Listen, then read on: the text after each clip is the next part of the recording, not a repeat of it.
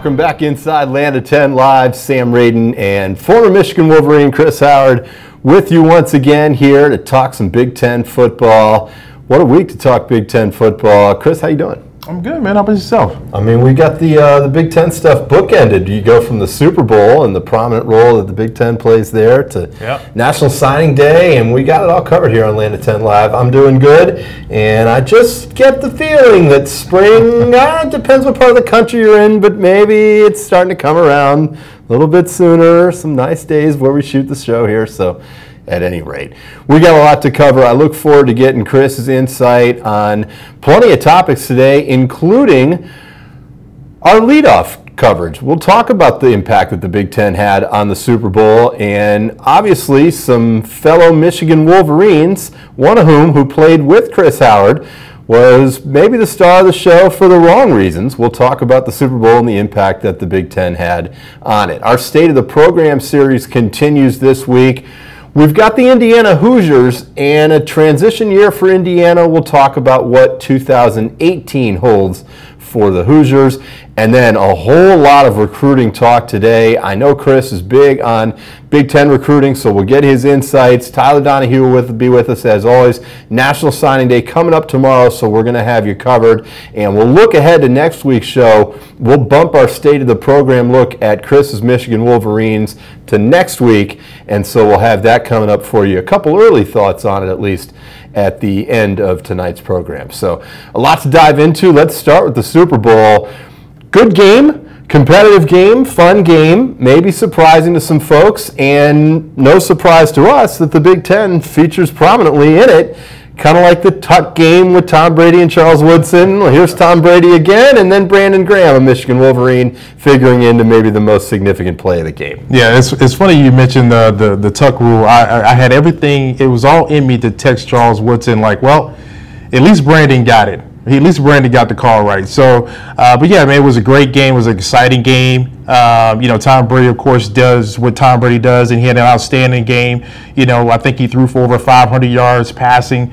And then, of course, Malcolm Jenkins, you know, Ohio State, he made some great plays for the Philadelphia Eagles as well. And, of course, Michigan, Brandon Graham sealed the game for the Philadelphia Eagles with the strip fumble. And it was just an all-around exciting game. Although, if you go back and look at the statistics, it was one of the least watched Super Bowl games in the last decade. So I think that was interesting as well. Yeah, that's off the script here, but I noticed that as well. I think that's a little bit interesting that you get this story in the Eagles, and they've only been to the Super Bowl a couple times. They haven't won a world championship since 1960, and then you get Tom Brady, and people either love or hate the Patriots. It's a little bit odd to me as well that the ratings were not as good for the Super Bowl, but not for the Big Ten's lack of effort and showing out a little bit as you get a look right there at Brandon Graham and the impact that he had on the game. You mentioned that this call was made correctly. There were some controversial calls in the game. What do you think of the way the game was officiated? Listen, you know, when it comes to officiating, I mean, there's always going to be some human error. I thought the touchdown that the wide receiver caught, the tight end caught, which gave the Philadelphia Eagles the lead. It's a rule that I think the NFL is going to have to look at, because it's very hard to designate, is the guy a runner or is he a receiver? And I remember the commentators commentating on the game and saying that they didn't think that was a touchdown. So clearly none of us know what the rule is or what it's supposed to be. So it's something that they'll have to kind of clear up moving on. Yeah, talking about the Zach Ertz play, and I think that Patriots fans will be thinking about that one for quite a while to come. Ohio State fans have had quite a lot of thoughts about head coaching, or more so assistant coaching, changes in the coaching staff this offseason, and really for the past few off seasons with as much success as they've had within their program. And now we get the possibility that one of the guys who's made up that staff for the past few years, Greg Schiano, could be on his way out to the New England Patriots. What do you think about the possibility of Schiano going to New England to be the defensive coordinator? Well, I think with Matt Patricia moving on to the Detroit Lions, I think it creates an opportunity for a guy like Schiano to kind of come in. He has a relationship with Bill Belichick, so it's kind of like bringing your buddy into the organization. And Greg Schiano is a great coach. He's a great defensive coach. He's a good defensive coordinator. I think he'll fit well with what Bill Belichick wants to do defensively. And, this past year, I mean, let's face it, the Patriots defense was not as good as it's been in the past. So I think with Greg Schiano coming in, I think they'll probably switch up and do a couple new different things. But for the most part, I think this will be a great hire for Bill Belichick. Yeah, I don't know if Lions fans, the NFL has that thing, right, where you can't officially announce someone until after, and there's those silent periods where I don't know how excited Lions fans were after 41 points were put up on the Patriots defense. Then all of a sudden, now you're introducing Matt Patricia. But in all seriousness, though, I think Schiano to the NFL is a pretty interesting fit, because when you look at some of the folks that have had either off the field scenarios or rumors, and we know what happened with Schiano in the Tennessee job, maybe the NFL is a place for him to go for some of that heat to come off and for that story to peter its way out. I'm not trying to say it should die down or it's fair or unfair that he's associated with it, and the allegation that he was aware of exactly what happened at Penn State and didn't fulfill his duties to report it, I'm not downplaying, but maybe the NFL, where that story doesn't seem like it'll percolate as much as it would at the college level. Well, you got to remember also, Bill Belichick is almost like runs his own rehab center at the New England Patriots. It seems like a lot of guys who have, off the field issues, who have been troublemakers in other programs, they come to Bill Belichick and the Patriots and they're redeemed, they're rehabbed, and now they have fruitful careers. I mean, look at a guy like LeGarrette Blount and what he's been able to do at the New England Patriots and now over with the Philadelphia Eagles. So again, Bill Belichick, he runs a tight ship. He demands excellence, and I think with a guy like Greg Schiano, he'll be able to go in and rehabilitate his career, rehabilitate his image as well. Yeah, I think that's interesting that he does that, Belichick, that is, with players. He's had that experience, and now maybe an opportunity to do that with head coach. So continuing on with the off-field news, and the segue is here to talk about the scandal at Michigan State with Larry Nasser. And we had someone joining us on our Atlanta 10 Live Facebook page. And by the way, I got this nice machine right here. If you want to sound off during the program, we'll share your comments. We'll read them with Tyler Donahue, and we'll get Chris's reaction to them as it comes to Michigan and the state of the program certainly next week. But we had someone last week bring up the comparison that seems obvious between Penn State's situation from before with Sandusky and now Michigan State's with Nasser. And it seems like this week now, with more of the sentencing and the penalty phase of this thing from a criminal perspective being done, now it looks like the aftermath or whatever, the aftershock that's going to happen at Michigan State, the stage is set for that. And so you start to think about, well, what kind of impact is this going to have on the program? I think for sure it's had an impact on recruiting, because folks are going to say, among other schools competing with Michigan State, hey, you don't know if this school is going to be in trouble. Are they going to be on probation? Are they going to have sanctions? Do you think that's something that's going on this recruiting season? Well, absolutely. I think it's something that, I mean, you as a parent, you have to discuss kind of what's going on at Michigan State. It's up to you as a parent to really dive into and ask these questions, ask these coaches some really hard, tough questions, like, what do you know about the situation? Were you involved? Is the program going to be a detriment to my son's career? So, yeah, this is absolutely going to come up on a recruiting trail with basketball and as well as with football. So, again, I think we're just kind of getting at the tip of the iceberg of this. I think more investigation is going to happen, and we're going to see where this thing kind of falls out. It's unfortunate for you that I'm the one talking right now and you're the one that played such high-level college sports and won a national championship, because I get to put you on the spot with questions like this one. It's not a fair question, I acknowledge. Is it fair, though, that Michigan State, other sports entities, can potentially bear the backlash if, assuming that this is in isolation, that it was Nasser and it was the gymnastics program, and sure, the athletic department had some repercussions or responsibility, probably better said, but is it fair that Tom Izzo gets affected, that Mark D'Antonio gets affected? Is that a fair impact? Well, it depends on the investigation, Sam, because if they start to investigate that there were some things that was mishandled, some things that were not reported, and Tom Izzo or Mark D'Antonio had active involvement, we already know administrators had active involvement in everything that was happening on the campus. So it's not too far-fetched to believe that some things coaches knew about and some things coaches didn't report. So whether it's fair or not, if you are found liable to some of the actions that are being credited to these coaches, then absolutely it should fall on everyone involved. And again, when you're talking about a systemic breakdown, the way we've seen at Michigan State, there has to be some sort of accountability for the entire program, not just sports, the entire program. Yeah, I mean, I asked you the hard question, and that's probably a little bit difficult to put you on the spot. It's obvious that the athletic department, that Hollis, who was the athletic director at the time, that they potentially have some liability, as you mentioned. But I just think it's a stretch to assume that administrators of other programs should necessarily bear the responsibility for what their supervisors, and that's what the athletic department, that's what the school president, that's the ones who had the responsibility. But we'll leave it there for today.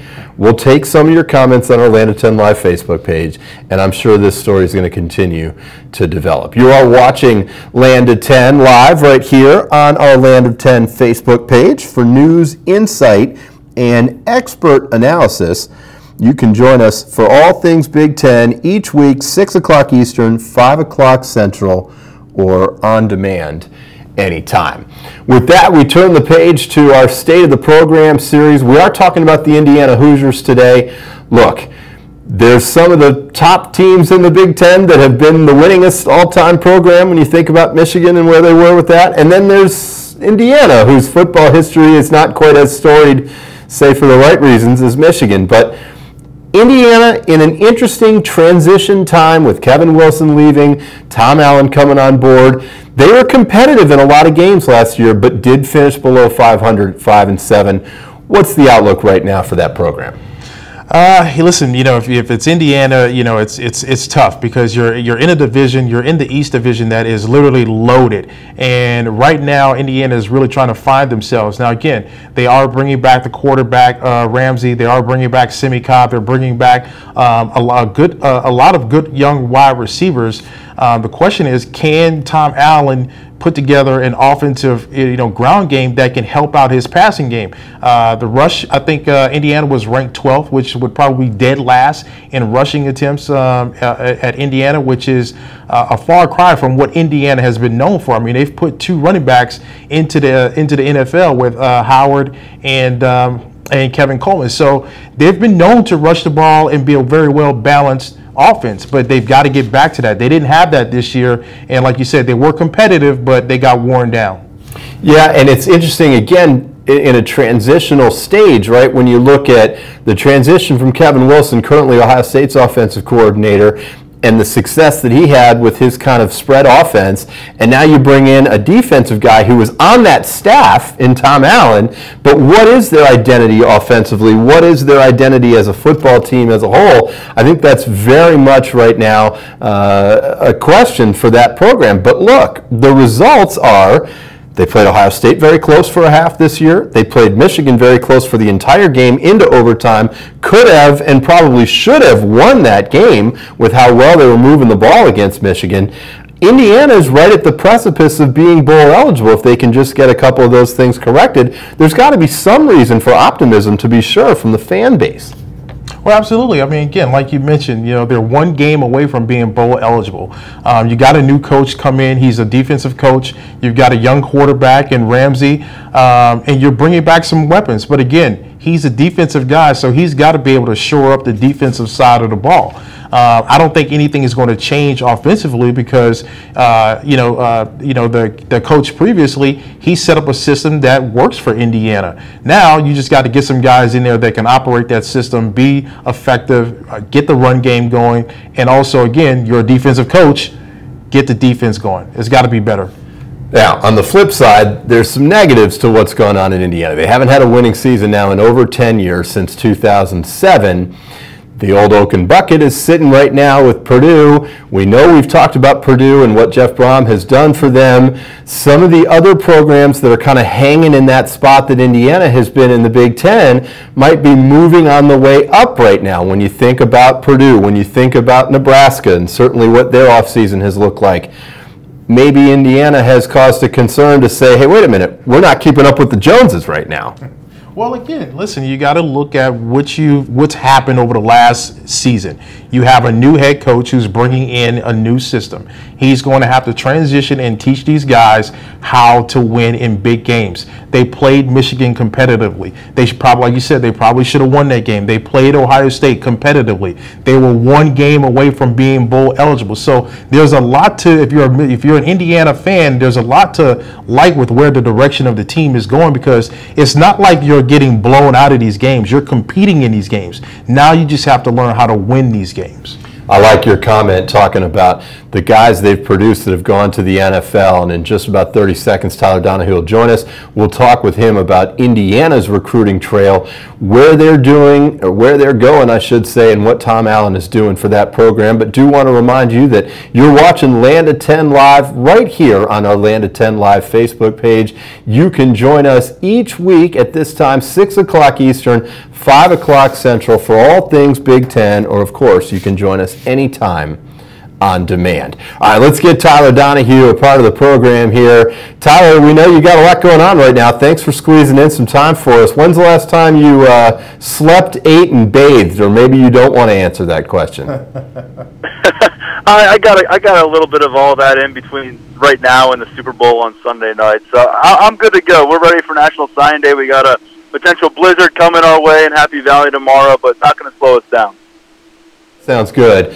Before we move off the Indiana Hoosiers and go on to National Signing Day, give us a couple thoughts on what Indiana has done this season in recruiting. We know that Indiana has produced some players to the NFL, but now we're in a different era with Tom Allen as the head coach.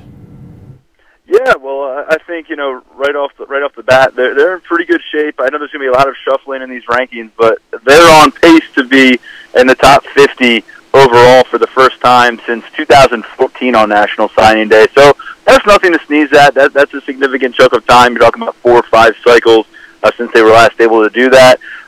You know, to me, Indiana, much like some of the other schools in the Big Ten, you're really going to have to win on home turf in the recruiting scene. They've got 2 of the top 10 players in Indiana signed in this class. But it's not the catalyst of the Hoosiers class. It's not the catalyst of the Indiana class. They're going to Iowa, they're going to Alabama, they're going to other schools, Purdue on the rise.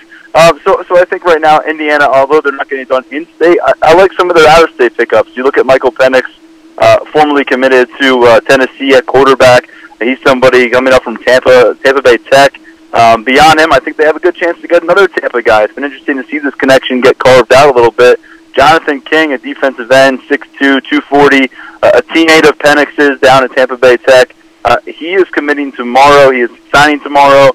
And there are a lot of indications that Indiana is going to add him to this mix. And it'll be a really nice way to cap things off for them. One guy I should mention that I do like in their home state is out of Ben Davis High School. You know, it's a place you got to recruit every year out of Indianapolis. And Reese Taylor, I think this kid can do a lot for them, whether he's a defensive back or getting action as a receiver or potentially as a return man. He would be their highlight in-state guy if you had to ask me that one. Yeah, you know, Tyler, you mentioned something, you know, they're pretty interesting, that they only pulled in 2 kids from Indiana, yet they've got 6 kids committed from Florida, 4 kids committed from Tennessee. Is there a concern if you're a kid from Indiana that these schools like Purdue and Indiana aren't really recruiting the state of Indiana? Well, I mean, I guess maybe there's concern for some of the guys who are scrapping and clawing to get those Power 5 offers. And but, you know, you look at the group of you know, I'm looking at the dozen players here that are from the state of Indiana, and you got one going to Alabama, another going to Southern California, Michigan, you know, Wisconsin's snagging some, Notre Dame. You know, I think there is definitely, you know, maybe some concern about if you're a lower tier guy and you're scrapping and clawing, but I think the guys who are warranting offers, I have to imagine the Hoosiers are going to push for them. Same goes with Purdue. But right now, you know, it is interesting. I think Purdue ended up signing, you know, 3 or 4 guys in the top 20 in these rankings for Indiana. The Hoosiers come away with 2 as things stand now. And that is not a high volume, especially for a school like Indiana that isn't playing on a national showcase game Saturdays over and over again. So we'll see where it goes, but it is interesting to see them kind of open it up and extend and like I said, do well in some of these states that are 1,000 miles away or so. Well, Tyler, we've certainly seen where it's been for Nebraska in this offseason. We've spent a lot of time talking about the Cornhuskers and Scott Frost. Looks like they got some momentum right now coming into National Signing Day. How would you sum up what this recruiting season has been for the Huskers, and then talk a little bit about what they still have on the table for tomorrow? Well, I mean, if you look at the cycle overall, it went from promising in the summer when guys like Micah Parsons were sniffing around the program to very turbulent as it became apparent the coaching staff was on its way out. And now you're looking at one of the finest closes that we'll see not just in the Big Ten Conference but across the country right now. And you look at Scott Frost, and we've talked about it ad nauseum, the fact that he is capitalizing on those Florida connections from his Central Florida days. And they're in good shape, it looks like, to finish in the top 25. Yet another commitment coming their way. The final week of January last week, Cameron Jones out of Texas committing to the program. That's a 4-star defensive back. Had offers from every Power 5 conference, so big win there. And I think they are set up to potentially close out very well on National Signing Day. You got Javonte Jean-Baptiste, 4-star linebacker from New Jersey. It really seems to come down to Ohio State, Nebraska. I'm hearing Ohio State maybe making a late push there. But I think it's going to come back to Florida again. They've got a guy, Willie Canty, offensive lineman. I really like the opportunity for them to beat out Louisville in that case. Ken Montgomery from the Tampa area is a 4-star cornerback. He has Nebraska in his final 3, and he is announcing tomorrow. And I think the one that everyone will be watching really most intently tomorrow among Nebraska fans, 4-star running back Maurice Washington, visited campus for an official visit out of Cedar Hill, Texas. Got Arizona, Nebraska in the spotlight for him. So maybe more than a lot of Big Ten teams, Nebraska has a lot to gain on National Signing Day itself. That's good stuff, Tyler. Well, I want to switch to talk about the offensive tackles that seem to be coming into the Big Ten. Obviously, 5-star Petit Ferrer just committed to Ohio State. Real bummer for me because Michigan it seemed like they were in the mix. But, of course, you got another guy named Rasheed Walker who seems like I think he's going to be coming into the Big Ten as well. What do you think? What is the appeal for offensive tackles coming into the Big Ten? Is it the style of play that's attracting guys, or is it the coaching, or both? Well, I'd start out. I saw you said Nicholas Petit Ferrer committed to Ohio State. I had not heard that yet. I know that it definitely seems like things are trending in that direction, but unless you might have gotten the news before I did, I've been waiting on the phone call. So. But as far as I know, he has not decided. But Rasheed Walker will decide tomorrow. I thought Petit Ferrer was going to as well. But I think the fact that in the Big Ten you enjoy run blocking, it's not going to be an issue. This is you've played in bad weather in the Big Ten. It's a necessity to do that. And I think the coaching staffs they are so ramped up now.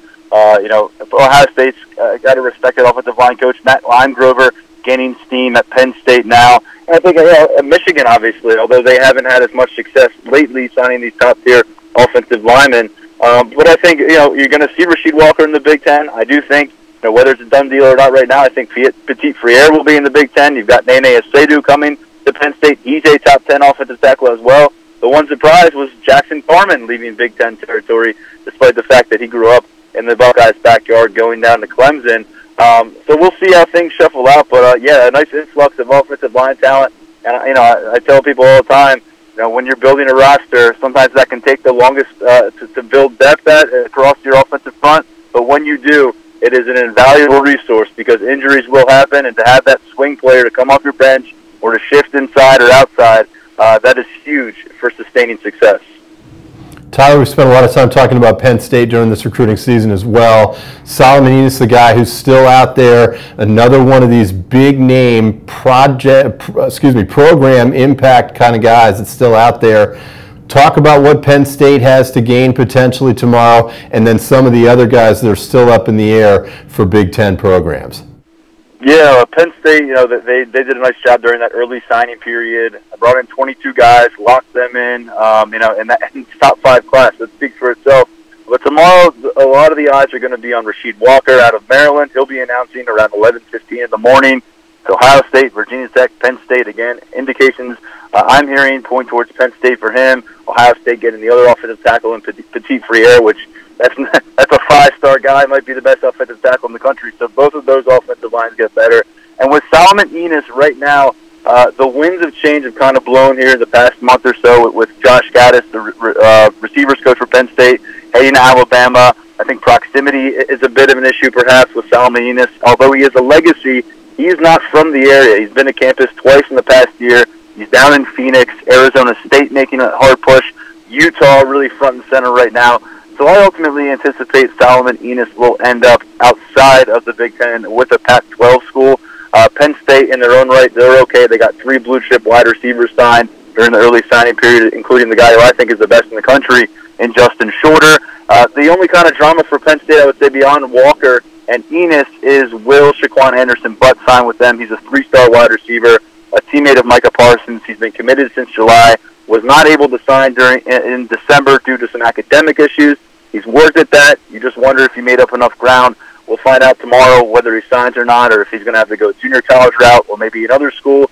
But I think that is something to monitor for Penn State as the deck gets shuffled one final time. Tyler, great stuff as always. We appreciate your hard work leading into National Signing Day. The finish line is in front of you, my friend. Get a little bit of sleep tonight if you can. Even these kids have to sleep a little bit, I suppose, although they're younger than we are. And we look forward to checking in with you in the near future to recap on National Signing Day and then get us ready for spring football. Thanks, fellas. I appreciate it. Enjoy all the action. Will do. Wow. I mean, you know, you're a busy man, former NFL player, company man, entrepreneur. Tyler Donahue, mark my words, this guy probably hadn't slept in a couple of weeks. Oh yeah, he's working. He's working overtime, trying to keep up with recruiting and, you know, kids decommitting, not knowing where they're going. I mean, it's a tough gig, man. It's a tough gig. I got trouble keeping up with my 1-year-old. She changes her mind about every 3 seconds. 18-year-olds, they probably change their mind even more frequently than that. So you can stick with our Atlanta 10 Live Facebook page. We'll have all the live updates tomorrow during National Signing Day, and we'll get all the stories. I know that you're working on Michigan's recruiting aspect. We'll talk about Michigan's state of the program next week, but what do the Wolverines still have out there from a recruiting perspective? Well, you know what? I think the biggest fish, you know, for the Wolverine is for whether or not Otis Reese is going to stick with his commitment.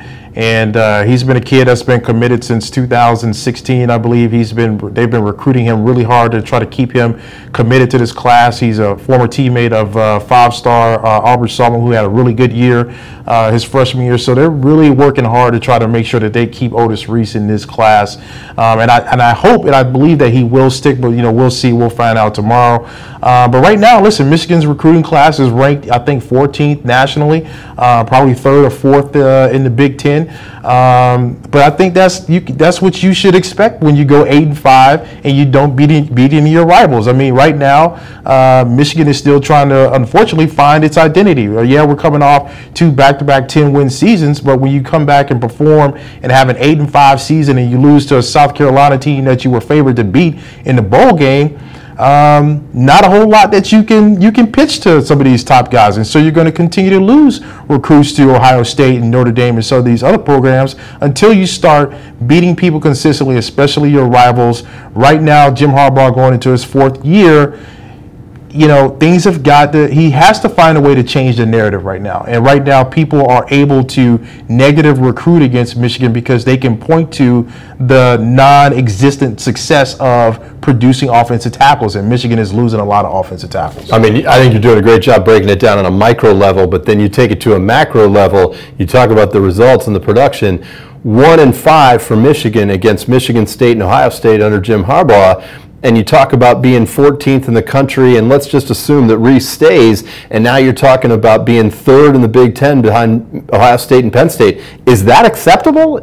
Are Michigan fans satisfied with that? And I know we don't have a lot of time on it this week, but think about that going forward. I mean, what's your first blush when I say is it acceptable for Michigan to be 3rd in the conference and be satisfied with that in recruiting? Well, Michigan fans, first of all, are never going to be satisfied. Michigan fans will never be satisfied until they win it all again. So regardless of what we achieve, whether it's 10 wins, back-to-back 10 wins, until Michigan is playing in the Big Ten consistently and consistently beating their rivals, Michigan fans will never be satisfied. That's just something that they're never going to be happy with.